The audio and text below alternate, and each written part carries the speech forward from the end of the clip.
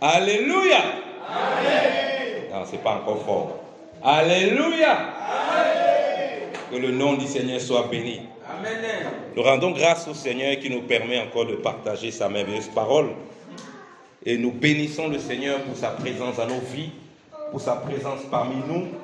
Lui qui nous a réveillés ce matin, lui qui nous a donné la force d'être là ce matin, lui qui renouvelle notre intelligence, lui qui nous permet de persévérer, quelles que soient les situations que nous traversons. Que le nom du Seigneur soit béni. Tu es béni d'être là ce matin. Tu es béni. Et ceux aussi qui ne sont pas là sont bénis. Amen. Que la parole du Seigneur que nous partageons, que nous mangeons, aussi ils puissent en bénéficier là où ils se trouvent. Alléluia. Bien-aimés, ce matin, j'aimerais parler de la santé. Ce matin, j'aimerais parler de la santé. Alléluia. Mais j'aimerais parler de la santé selon le Seigneur. Parce qu'il y a la santé selon le monde, il y a la santé selon Dieu. Et c'est très important la différence. Lorsqu'on parle de santé, beaucoup de gens voient déjà que physiquement, ils vont bien. C'est pas ça la santé. Hein? Ça, c'est pas la santé. C'est pas ça la santé. Je commence déjà, je commence à bombarder déjà. Il dit, lorsqu'on parle de santé, si tu commences à voir la santé, c'est le fait que tu te sens bien parce que tu as bien mangé.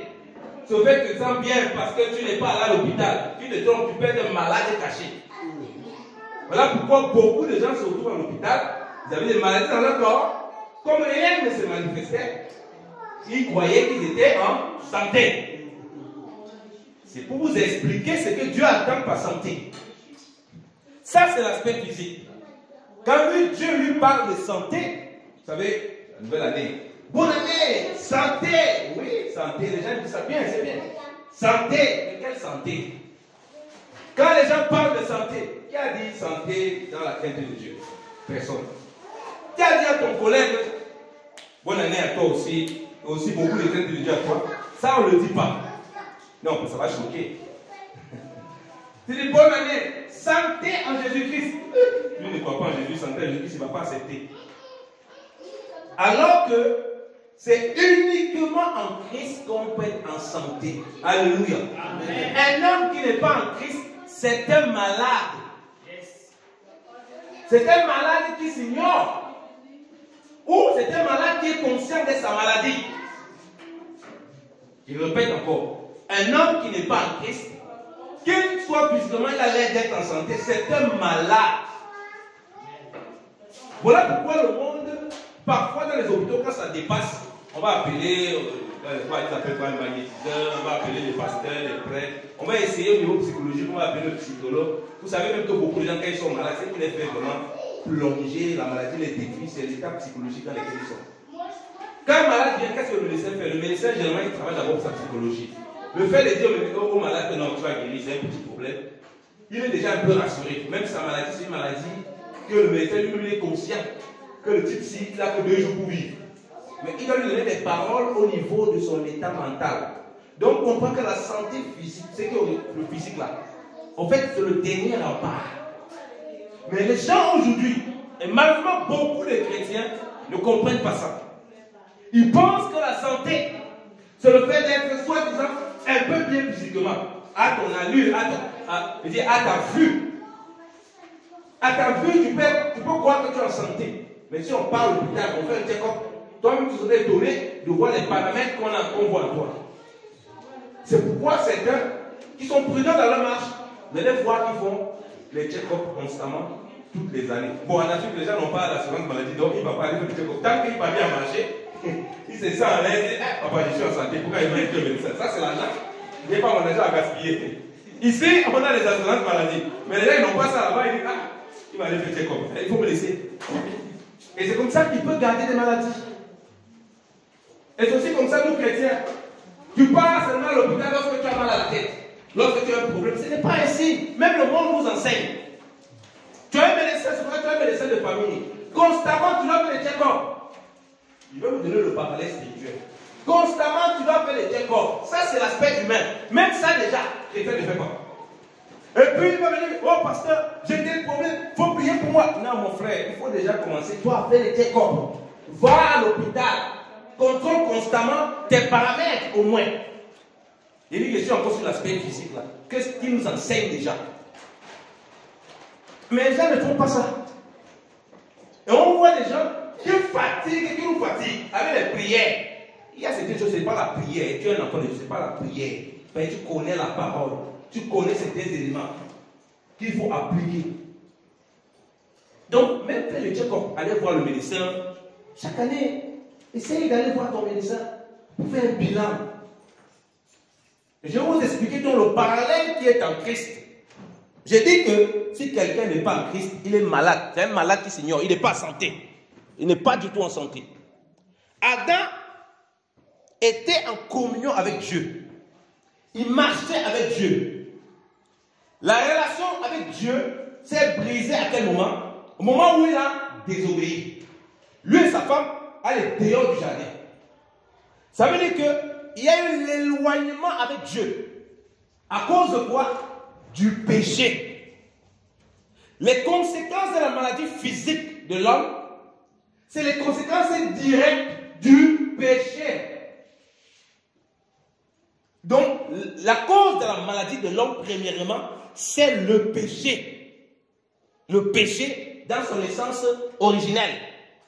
Adam a désobéi, ça a amené la mort, ça a amené les maladies, ça a amené la destruction, ça a amené toutes choses. Et on a hérité premièrement de ça.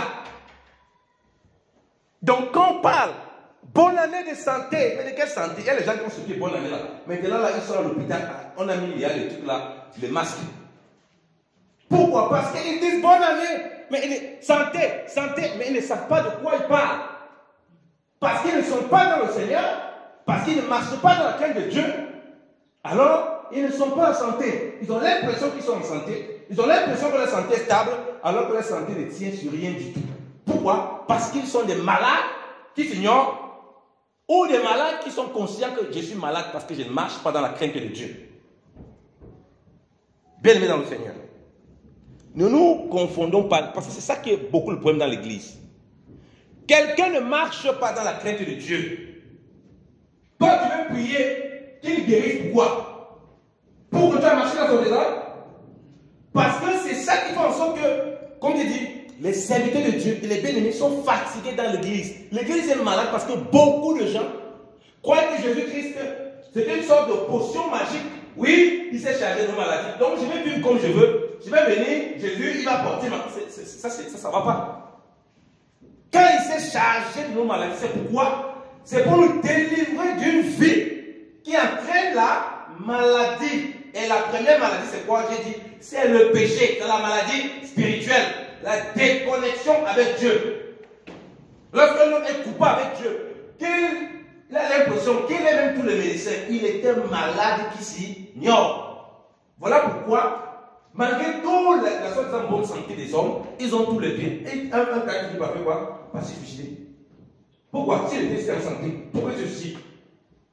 S'il était en santé, pourquoi il prend tellement des antidépresseurs? Il y a beaucoup, tu ne vas jamais les voir à l'hôpital comme ça, mais par derrière, des quantités de comprimés antidépresseurs, anti-stress qu'ils prennent. Mais devant toi, tu as la toi tu te trouves malade, alors que lui c'est un malade fondamental. Donc il est tout un malade chronique. Et à l'église, beaucoup ne comprennent pas ça.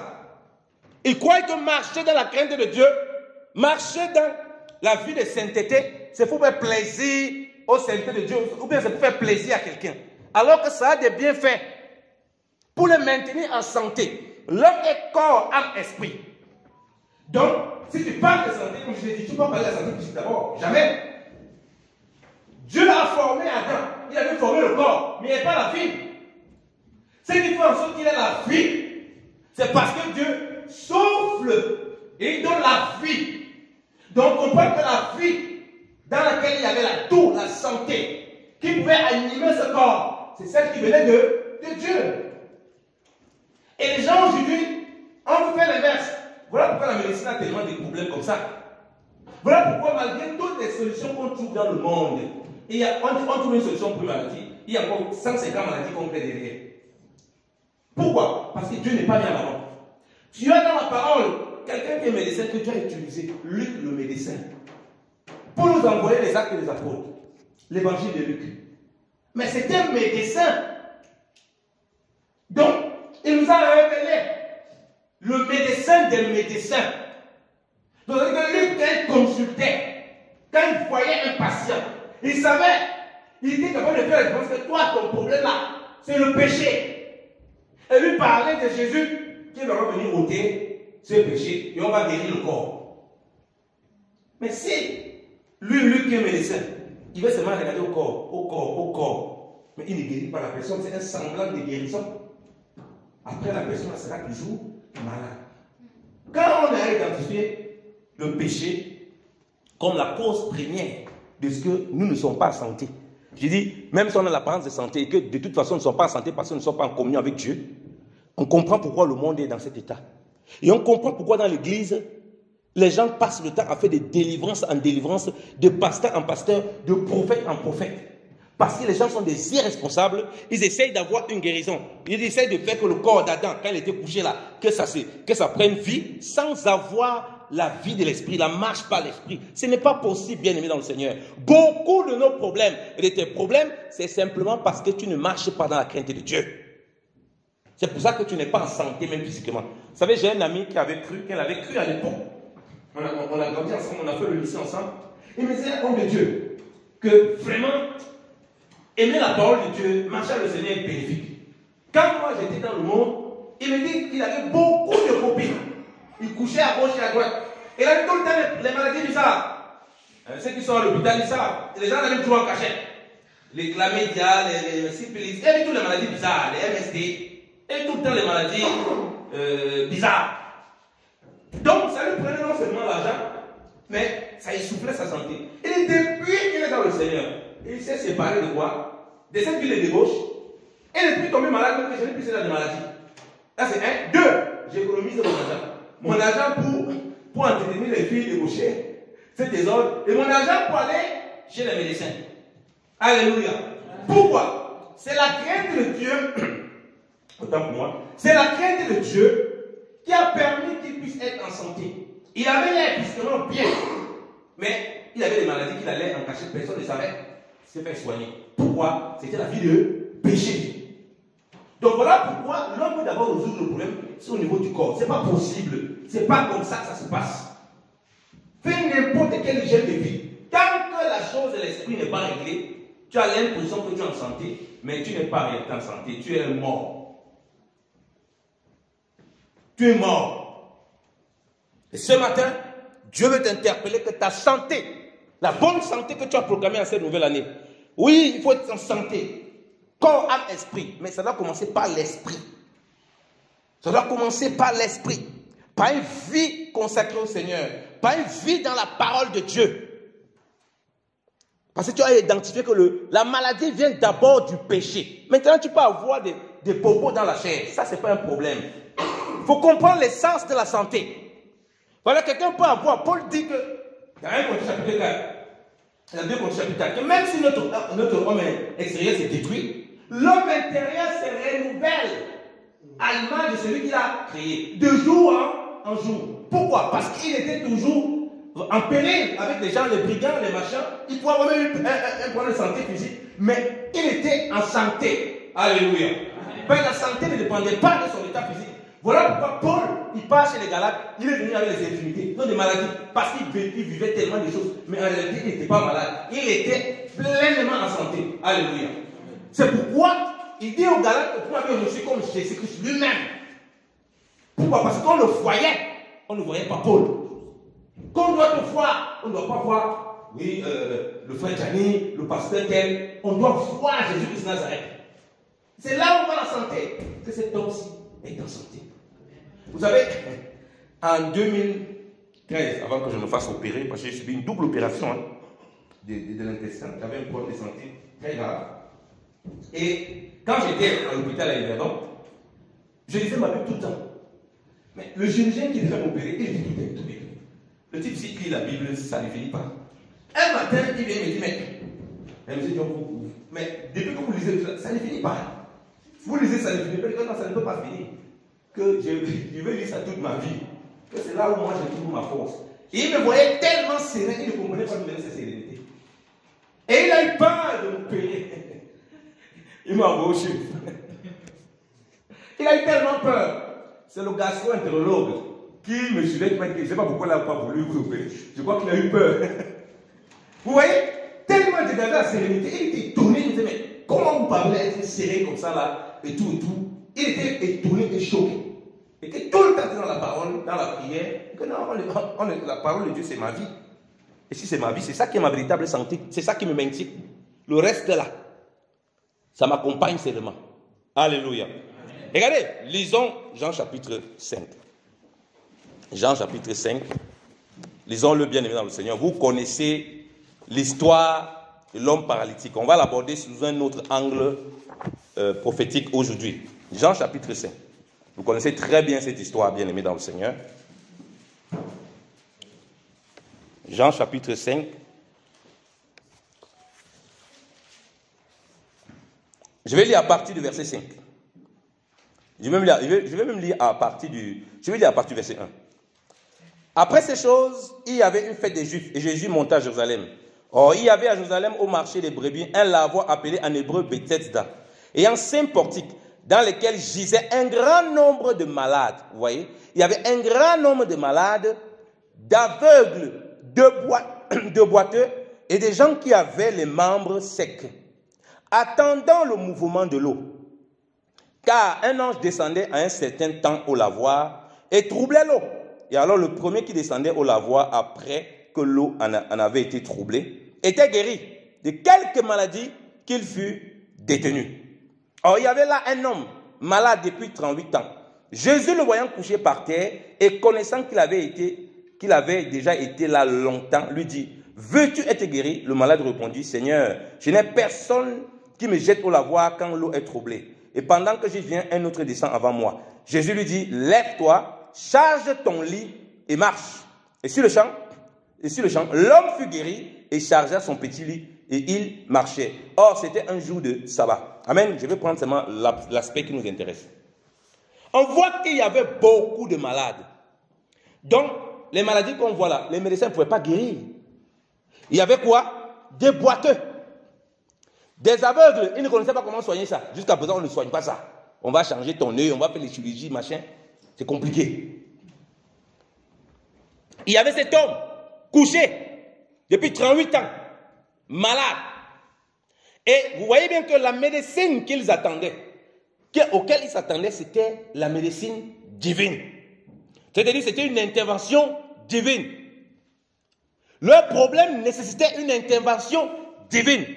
Donc leur problème était lié, il faut bien comprendre quand Dieu nous rapporte chaque chose dans les Écritures. Leur problème était lié à un rapport avec Dieu. Et ça c'est très important. Ce n'était pas les malades comme n'importe quel malade. Parce que les médecins ne pouvaient rien sur le plan humain. Il n'y a qu'une intervention divine qui pouvait apporter une solution. Et Jésus va prendre un seul exemple avec cet homme pour révéler ce qui se passe. Il a guéri cet homme. Mais Jésus-Christ n'a pas simplement guéri cet homme comme ça. Il va expliquer par la suite, en réalité, pourquoi c'est un seul homme qu'il allait guérir là-bas. Parce que c'est ça que je dis toujours. Jésus qui ne marche pas au hasard, il veut entasser les gens, venez, soyez guéris. Ce n'est pas comme ça. Il va expliquer à cet homme, lisons-le, lisons l'Écriture.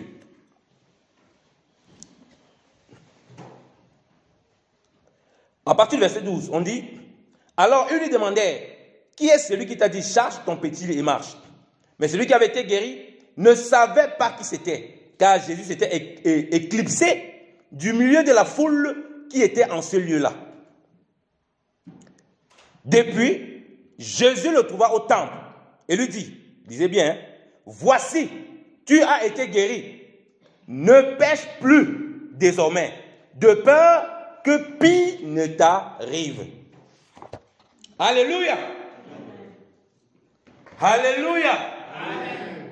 Jésus lui explique, Jésus nous révèle le problème de ceux qui allaient là-bas. Il a gagné, il a fui. Parce que les gens ne comprenaient pas le problème. Il nous révèle à toi et à moi que cet homme était là-bas C'est le péché qui l'a entraîné là-bas. Il vivait une vie de péché. Il n'était pas malade comme les autres malades, qui ont les maux de tête, qui ont le palu, qui ont les trucs. Non. C'était une vie qui était désagréable à Dieu. Et c'est ça qui a entraîné beaucoup de maladies. C'est ça qui l'a maintenu 38 ans. Quand le maître le relève, il lui explique. Les médicaments qu'il lui donne, la thérapie qu'il lui donne, c'est quoi? Ne pêche plus. C'est ça qu'il lui donne. Vous voyez, les gens sont dans les hôpitaux. Ils vivent une vie de débauche. Le médecin fait quoi? Il soigne le corps. La personne n'est pas guérie. Elle sort. Comme il n'y a pas la parole de Dieu, et comme son problème, c'est le péché qui a conduit à cela, il revient encore plus tard sur cet hôpital et on le voit seulement dans les soins intensifs. Et puis après, on part l'enterrer. Parce qu'on a laissé l'essence même de ce qu'il a entraîné là à l'hôpital. Donc, il a suivi parmi la foule. Parce qu'ils ont vu, ah, un homme a été guéri, tous vont être guéris. Alors que la véritable guérison que le Seigneur l'a révélée au travers de ça, c'est qu'il faut être en connexion avec Dieu. Il faut marcher dans la crainte de Dieu pour ne plus vivre ce genre de choses. Le paralytique, c'est toi et moi. Jésus-Christ nous a guéris. Il nous a guéris de quoi? Du péché. Parce qu'en réalité, ce qu'il a fait à cet homme, ce n'est pas simplement l'avoir mis debout, mais c'est l'avoir aussi guéri du péché. Parce qu'il dit ne pêche plus. Quand Christ dit ne pêche plus, ça veut dire qu'il t'a donné la capacité de ne plus pécher. Alléluia. Amen. Cet homme n'a pas seulement été guéri physiquement, il a été guéri de ce qu'il a entraîné dans cette maladie. C'est pourquoi ça lui, ce que je lui dis, va ne pêche plus. Ton problème là, c'était le péché. De peur que pire. Donc, en un rétablissement physiquement, le Seigneur n'a pas seulement donné la puissance pour guérir son corps, mais la puissance pour que son être intérieur obéisse à Dieu et marche dans les voies de Dieu pour ne plus pécher dans le péché qu'il a amené dans ce qu'il faisait. Alléluia. Voilà pourquoi Christ ne veut pas seulement guérir les gens physiquement. Vous allez voir pourquoi il va dire ta foi t'a guéri. Parce qu'il voulait parce que la guérison qu'il apportait, ça devait venir au niveau de la vie de l'esprit. Voilà pourquoi les gens qui étaient guéris, ils suivaient Jésus. Ce n'était pas seulement des guérisons de leur corps et puis ça allait. Non. Ils étaient guéris, même l'homme intérieur était guéri. Il voulait le Seigneur, tu vas où? Je vais te suivre. Mais nos guérisons, quand nous voyons sur le monde et que nous voulons appeler la santé, ça reste seulement au niveau du corps. Mais la personne continue à vivre sa vie de débauche. Il fume, on le perd, on soigne son foie, on y va vraiment, il ne fume plus. Mon ami, il n'est pas encore, il fume, il boit encore. Après, on voit pas là. Un cancer, pas ce machin, on ne peut plus rien. Parce qu'il vit une vie qui n'est pas agréable à Dieu. On a guéri le corps, on n'a pas guéri l'homme intérieur. Donc quand Jésus venait, il donnait la vie. Et quand il donne la vie, c'est pas pour que ça reste dans ton corps. C'est que ton âme et ton esprit en bénéficient. Alléluia. Mais il amène la santé de l'intérieur. Et c'est ça la véritable santé. Donc quand toutes les personnes qui ont été touchées par le Seigneur, ta foi t'a guéri. Ce n'est pas la foi qui s'approchait du Seigneur. La foi qui perdait le sang. Elle a vu tous les médecins, ils n'ont pas pu.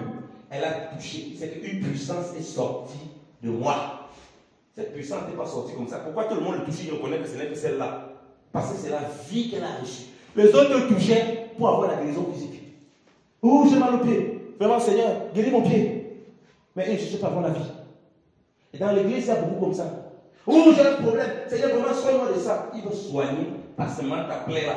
Il veut soigner la plaie de l'intérieur. Alléluia. Amen. Voilà pourquoi les gens ont beaucoup de cancer. Quand Dieu dit de pardonner, tu ne pardonnes pas. Ça ronge le cœur. Ça ronge les trucs. Ça ronge. Après, tu finis à l'hôpital. Les maisons vont se battre pour soigner ton corps. Alors que le vrai problème, c'était un problème du cœur. Le cœur est dans les ténèbres. Le cœur ne marche pas selon Dieu. Tu vas être en santé comment? On a une fausse idée de la santé que le monde nous présente. Et on court, on fait tout pour être en santé selon la chair. Alors que l'esprit n'est pas à l'aise. Tu vas dormir comment? Donc cet homme, c'est le péché qui l'a amené. Comme vous et moi. Voilà pourquoi il dit, cette chose, ce n'est pas la prière. Dieu va te révéler, quelqu'un vient. Ma soeur, mon frère, vraiment, arrête simplement la façon dont tu marches. Tu vas voir comment ta santé va être rétablie. Alléluia. Laisse ce que tu tu fais là que oh, le démon t'attaque, oh, dans ta famille on veut te tuer. Personne ne veut te tuer. Marche dans la crainte de Dieu. Tu vas voir que ceux qui veulent t'attaquer, ils vont fuir. Parce qu'ils vont voir que maintenant là, il y a la vie. Alléluia. Et quand ils voient la vie, ils voient le feu de Dieu. Ils ne peuvent plus s'approcher. Il n'y a plus d'espace pour eux. Mais si tu marches dans la chair, tu marches dans tes convenances, tu marches dans l'orgueil. La Bible dit quoi? L'orgueil précède la ruine, la chute. Tu marches dans l'orgueil. Tu as l'impression d'être en santé physiquement. Mais tu n'es pas bien. Les démons le doivent te tabasser, de faire ce qu'ils veulent. Parce qu'ils voient que voilà quelqu'un qui ne craint pas Dieu. Donc, c'est d'abord la santé de l'esprit. Et Jésus va le dire.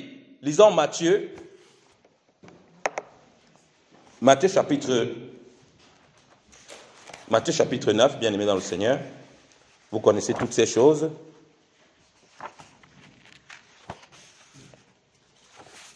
Matthieu chapitre 9.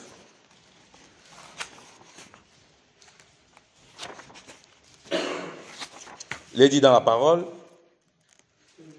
on va lire à partir du verset 10. Et comme Jésus était à table dans la maison de Matthieu, voici plusieurs péagers et des gens de mauvaise vie qui étaient venus là, se mis à table avec Jésus et ses disciples.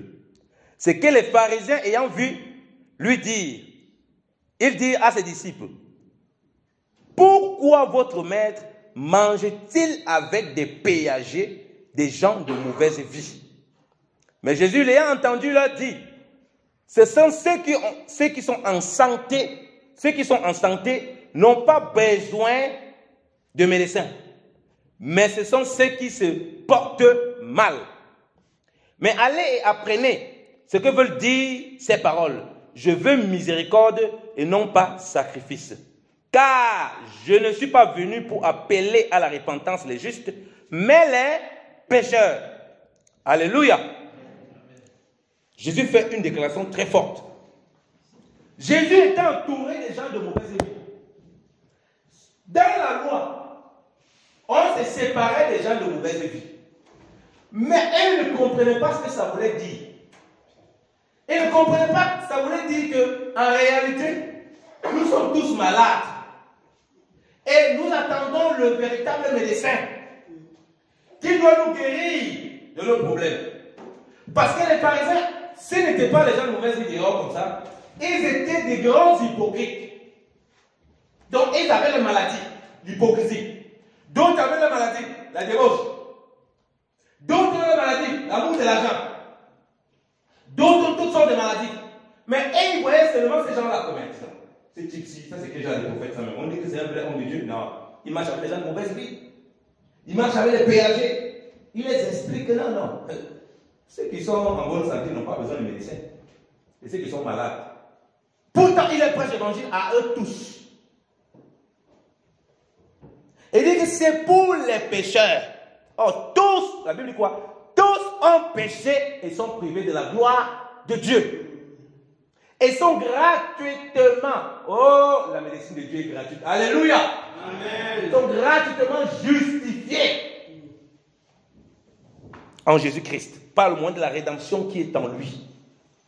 Voilà la médecine divine qui va se manifester dans le corps. Donc Jésus-Christ est le médecin qui est venu pour sauver les gens. Voilà pourquoi il dit que je suis venu pour donner la vie en abondance. Si les gens avaient la vie, ils viennent donner encore la vie. Pourquoi? Si les gens sont en santé, ils viennent donner encore la santé. Pourquoi? Ça ne sert à rien. Il n'y a pas de santé véritable en dehors du Seigneur Jésus-Christ de Nazareth. Alléluia. Parce qu'il est venu résoudre le problème qui a créé tous les soucis de santé physique qu'on a aujourd'hui, psychologique et tout le reste. C'est le problème du péché. Voilà pourquoi il a pris cet homme-là, ne pêche plus. Sinon, grave, voilà quand t'arrives pire. Donc ton problème, c'est un problème de péché. Et c'est ça majoritairement le problème que les hommes ont. Et même dans l'église. Mais on veut croire que c'est quelque chose qui est à côté. Et on va accuser les gens à gauche et à droite. Alors que notre vie n'est pas droite devant le Seigneur. Donc le péché a des graves conséquences, même si on a l'impression qu'on ne les réalise pas. Ça peut entraîner des maladies terribles.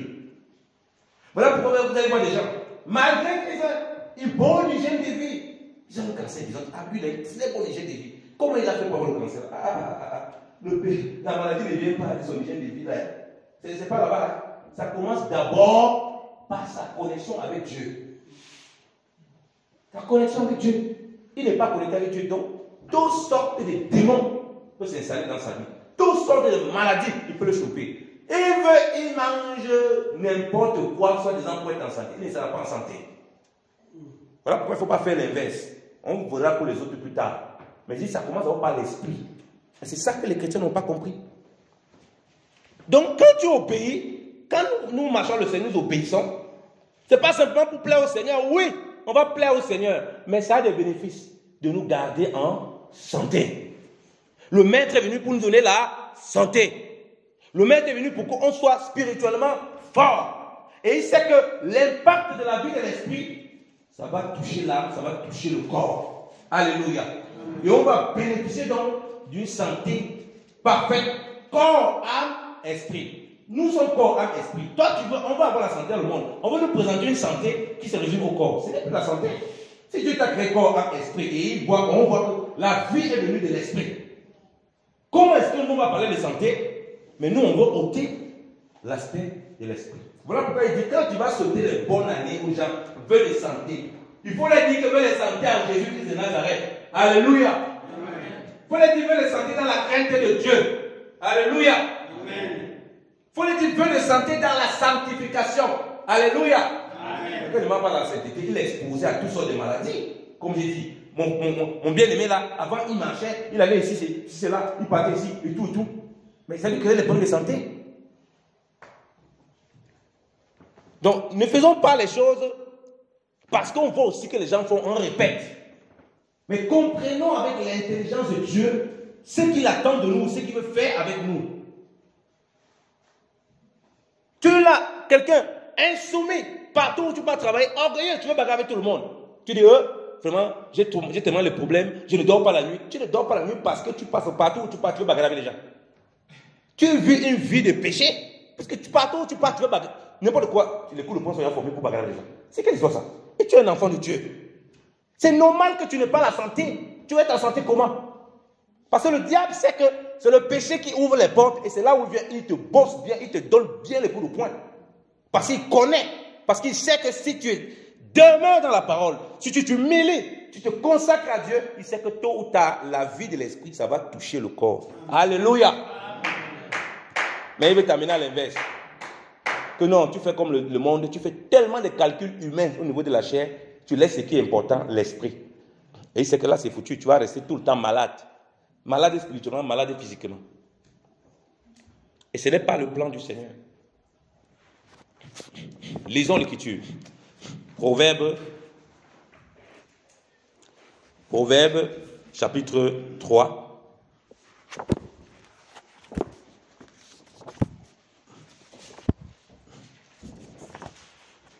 On va lire Proverbe, chapitre 3.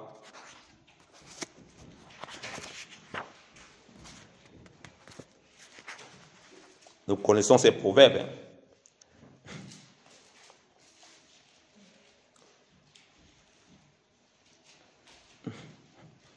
Je vais lire à partir du verset 1. Voilà ce que Dieu parle à ses enfants que nous sommes. C'est la relation ici d'un père et d'un fils qu'on peut prendre dans le cadre de la famille. Mais ici, c'est la relation d'abord de Dieu avec nous. Nous sommes les enfants du Seigneur. Regardez ce qu'il nous dit à partir du verset 1. Mon fils, ne mets point en oubli mon enseignement, et que ton cœur garde mes commandements, car ils t'apporteront de longs jours et des années de vie et de prospérité. Alléluia. Amen. Écoutez. Bonne année, année de prospérité. Tu ne vas pas prospérer si tu ne gardes pas la parole de Dieu. C'est faux. Parce qu'être en santé, c'est une prospérité. Bonne année de prospérité dans la parole, dans la crainte de Dieu. Amen. Sinon, après, tu prospères en magouillant, en volant. Et ça, ce n'est pas la prospérité selon Dieu. Ça, c'est le vol, c'est le banditisme. Il dit, mon fils, pour prospérer, pour avoir de longs jours. Hein? Vraiment, on a trouvé une dernière technique vraiment pour vivre longtemps. Ah bon? Quelle technique vous avez trouvé pour vivre longtemps? Vous avez oublié que pour vivre longtemps, il faut être en connexion avec celui qui donne la vie. Voilà ce que Dieu dit. Pour avoir de longs jours, tu veux vivre longtemps, tu veux être en santé, tu veux avoir la vie, comme il dit là, des années de vie. Donc, tu as des années de vie, tu es bien portant, tu prospères à tout égard. Dieu donne la solution. Ne mets pas en oubli mon enseignement et que ton cœur garde mes commandements. Et il parle au niveau du cœur. Le cœur qui est attaché à Dieu. Là, il va avoir de longs jours. Là, maintenant, il peut utiliser toutes les choses pour mettre, voilà, comment il va manger, comment il est son hygiène de vie. Il peut parler du corps en ce moment. Tant que l'hygiène de vie spirituelle n'y est pas, tout le reste qu'il fait là, c'est zéro. Parce que la Bible nous dit, comme j'aime souvent le rappeler, un jour dans les parvis, il vaut même mieux ailleurs. Le parvis, c'est dehors, hein, c'est pas même dedans. Donc ça veut dire que quelqu'un peut vivre même 20 ans sur la terre. Mais les 20 ans qu'il a vécu dépassent quelqu'un qui a vécu 200 ans. Parce que les 20 ans qu'il a vécu, il a vécu consacré à Dieu. Et il a vécu une vie pleine et remplie du Seigneur. Alléluia. Amen. Mais les gens voient les longs jours comme ça en calculant les années, alors que les années véritables, c'est dans la crainte de Dieu. Alléluia. Amen. Continuons. Verset 3. Que la gratuité et la vérité ne t'abandonnent point. Retenez ça. Que la gratuité et la vérité ne t'abandonnent point. Lis-les à ton cou et écris-les sur la table de ton cœur. Et tu trouveras la grâce et le bon sens aux yeux de Dieu et des hommes. Confie-toi de tout ton cœur en l'Éternel et ne t'appuie point sur ta prudence, même si c'est la sagesse dans certaines traductions. Considère-le en toutes tes voies et il dirigera tes sentiers. Lisons la suite. Ne sois point sage à tes yeux, crains l'Éternel et détourne-toi du mal. Ce sera une médecine à ton nombril, une humectation à tes os. Alléluia. Amen. Ce sera une santé pour toi. Vous voyez tout ce qu'on dit? La vérité, tu lis la vérité du Seigneur. Tu es attaché à la vérité. On dit que tu n'es pas sage à tes propres yeux. Tu confies ta sagesse à Dieu. On te dit que tu es prudent. Tu considères dans tout ce que tu fais tes voies l'Éternel. Il n'y a pas une seule chose que tu dois faire sans considérer l'Éternel. Dans tout ce que tu fais, tu le considères dans tes voies. Pour savoir si ce que tu veux faire est agréable à Dieu. On nous donne le résultat. C'est que ça va même amener la santé physique. Alléluia. Amen. Donc voilà pourquoi je dis que la santé physique découle de la santé spirituelle. Il n'y a pas de hasard dans la parole.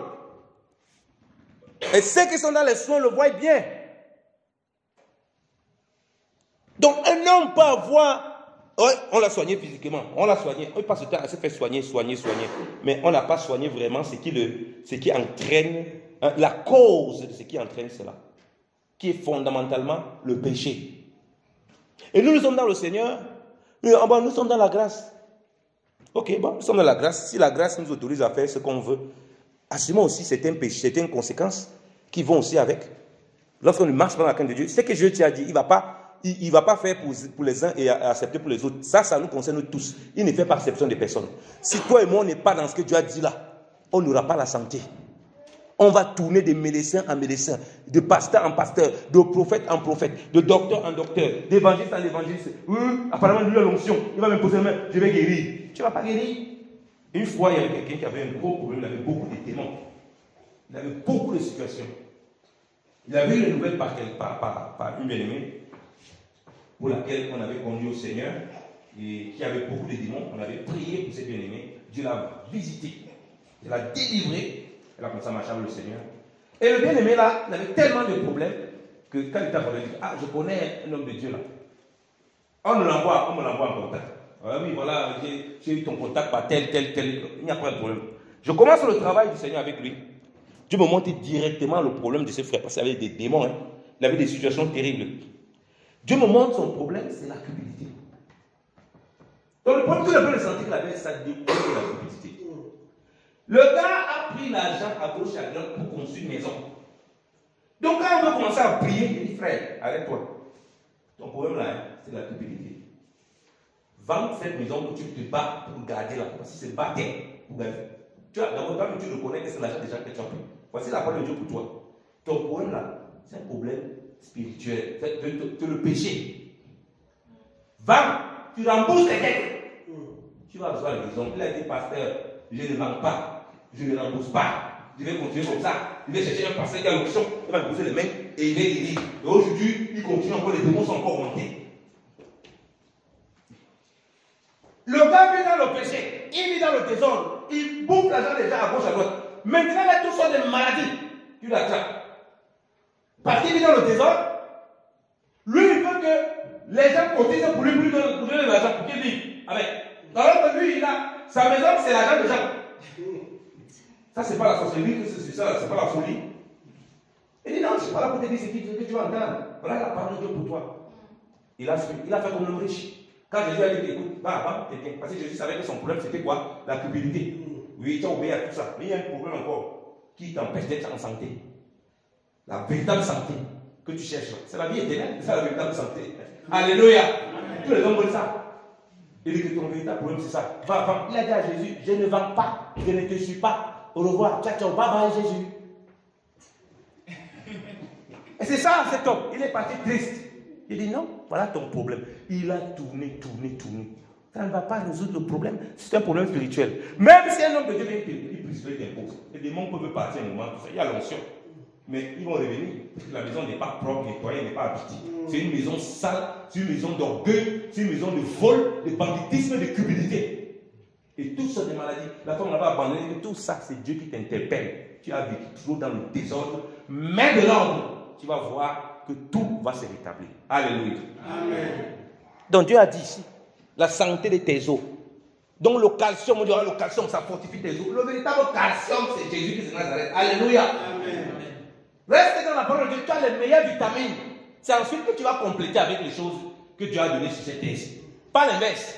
L'inverse, c'est la tromperie. Mais on a oublié ça dans les hôpitaux. On va te suivre comment? Bon, on dit, bon, il a quand même l'aumônier, il peut parler un peu. Il vient en seconde, il vient en dernière place. C'est terrible, hein? Alors que c'est les hommes de Dieu qui devaient être... En fait, c'est le Seigneur qui devait être en première place. Quand un malade vient, d'abord, on diagnostique. Pas d'abord physiquement. Quel est son état? Si c'est un truc qui vient le péché, mon ami, il faut d'abord que tu marches, tu crains Dieu. On va rien faire. Ce qu'on va faire là, tu vas revenir ici. Et encore dans un état pire. Comme Jésus a dit à cet homme, va, ne pêche plus de peur que pire n'état arrive. Imaginez qu'il avait rencontré un médecin qui était très puissant, qui pouvait le faire se lever avec toutes les technologies qu'on a aujourd'hui. Il marche. On devait voir quelques années plus tard, il devient encore là-bas. Il pire qu'auparavant. Parce que son problème était le péché. C'est pour ça que les hôpitaux sont tout le temps remplis. Il a été guéri. Oh, oui, on m'a guéri du cancer. Oui, vraiment, j'ai fait la chimio. Oui, j'ai fait telle chose, le machin et tout. Alors qu'il sait lui-même qu'il fait dans le péché. Il sort de là, il recommence encore. Il fume, il recommence encore. Il boit n'importe comment. Il fait n'importe quoi. Il vit n'importe comment. Après, il a le cancer. Ah, vraiment, ça fait pitié. Vraiment, oui, ça fait pitié. Mais ça fait mal. Mais son problème, c'est le péché. Et c'est ça notre problème dans l'église. On joue avec le péché. On a même des péchés mignons. Ah, ça c'est mon péché mignon, pasteur. Ah bon? Le péché mignon là, va te tuer. Va te créer des problèmes.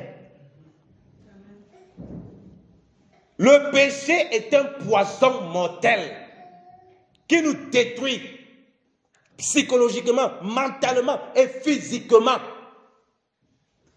On n'a pas à être ami avec lui. Peu importe le type de péché. On ne joue pas avec. Parce que notre santé spirituelle et physique en dépend. On va finir, bien aimé dans le Seigneur. Lisons Proverbe chapitre 4.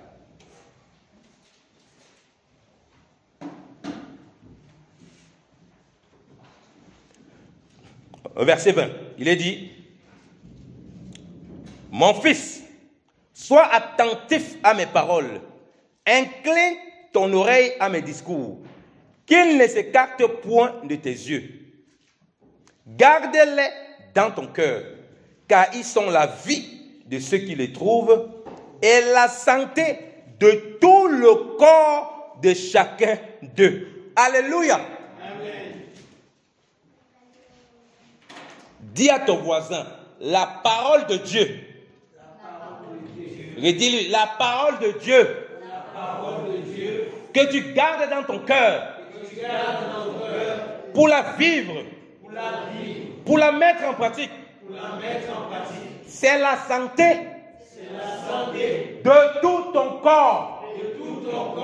Vous voyez donc que la parole de Dieu, elle commence au niveau de l'esprit et ensuite le corps physique même en bénéficie. Alléluia. Amen. Ce n'est plus seulement les os, comme on a vu là. Ce n'est plus seulement une partie des muscles, mais c'est maintenant tout le corps entier. Alléluia.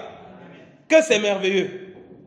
Mais pourquoi ne voulons pas nous être dans la parole? Voilà pourquoi chaque fois que tu lis la parole, chaque fois que tu lis la parole, Dieu est en train de former la santé en ton corps. Alléluia. Il forme la santé dans ton être. Il forme la santé au niveau de ton âme. Il forme la santé dans ton corps. Voilà pourquoi même tu vas à l'hôpital. Parce que ça a envie de témoigner ici, Maman Déborah, qu'on a pris les paramètres, ces paramètres, même la machine a dit aïe, aïe, aïe. La machine ne sait plus ce que ça veut dire. La machine dit aïe, aïe. La machine ne comprend pas. Mais comment le faire? Tu dis paix pour être debout. Parce que c'est un homme qui marche avec le Seigneur. Donc même physiquement le corps est touché, on est étonné. Parce qu'il a la santé divine. Donc même quand le corps est fatigué, les paramètres humains là, ça ne marche pas. Il est dans les normes qu'on ne comprend pas. Que normalement, vous ne devez pas être vivant, vous ne devez même pas être debout, faites comment pas être debout. Parce qu'ils ne comprennent pas que son secret, ce n'est pas sa tension qui est en bonne condition. C'est sa tension spirituelle qui est en bonne condition. Alléluia. Bien-aimés dans le Seigneur.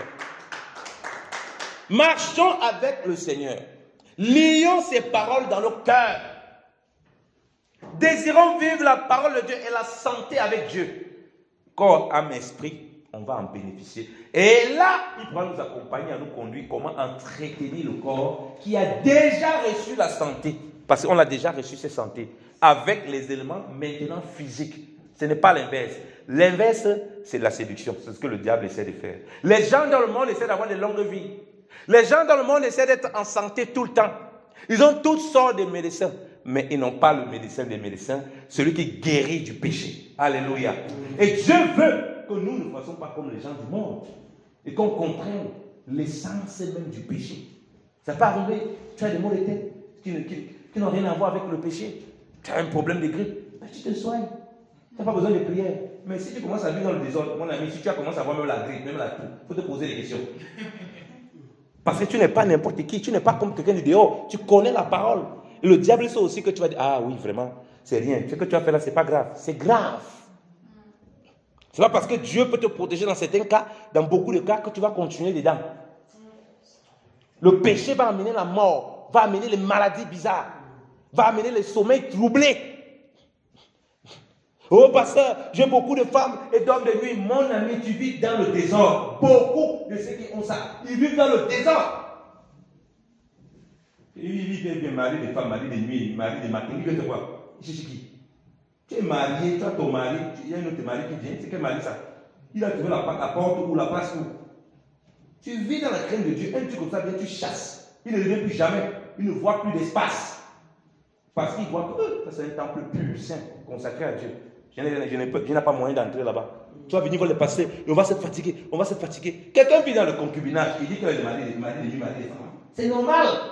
Tu vis dans le péché, il a le droit de venir s'installer. Donc ne viens pas fatiguer les gens pour qu'on prie pour toi. Tu vis dans le péché, tu auras les conséquences qui vont avec. Beaucoup de maladies, c'est le désordre dans lequel les gens vivent. Pasteur, vraiment il faut prier pour moi que j'ai des enfants. Et tu n'es pas marié, tu vas avoir des enfants. Tu fais ça comment? Et il y a les hommes de Dieu qui imposent demain. Reçois l'enfant au nom de Jésus. Non mon ami, tu ne peux pas recevoir. Reçois d'abord le mariage au nom de Jésus. Marie-toi, mets tes pas en règle. L'enfant va venir, c'est une suite logique. Ah, viens mettre une enveloppe ici. Reçois. Non mon frère, tu ne peux pas tricher avec Dieu. Mets tes pas en règle. Tu auras ton bébé. Tu auras la grâce de Dieu qui va t'accompagner. Et tu vas voir la main de Dieu t'accompagner en toutes choses. Alléluia. Que le nom du Seigneur soit béni et qu'il nous accompagne en toutes choses. Au nom du Christ de Nazareth. Amen.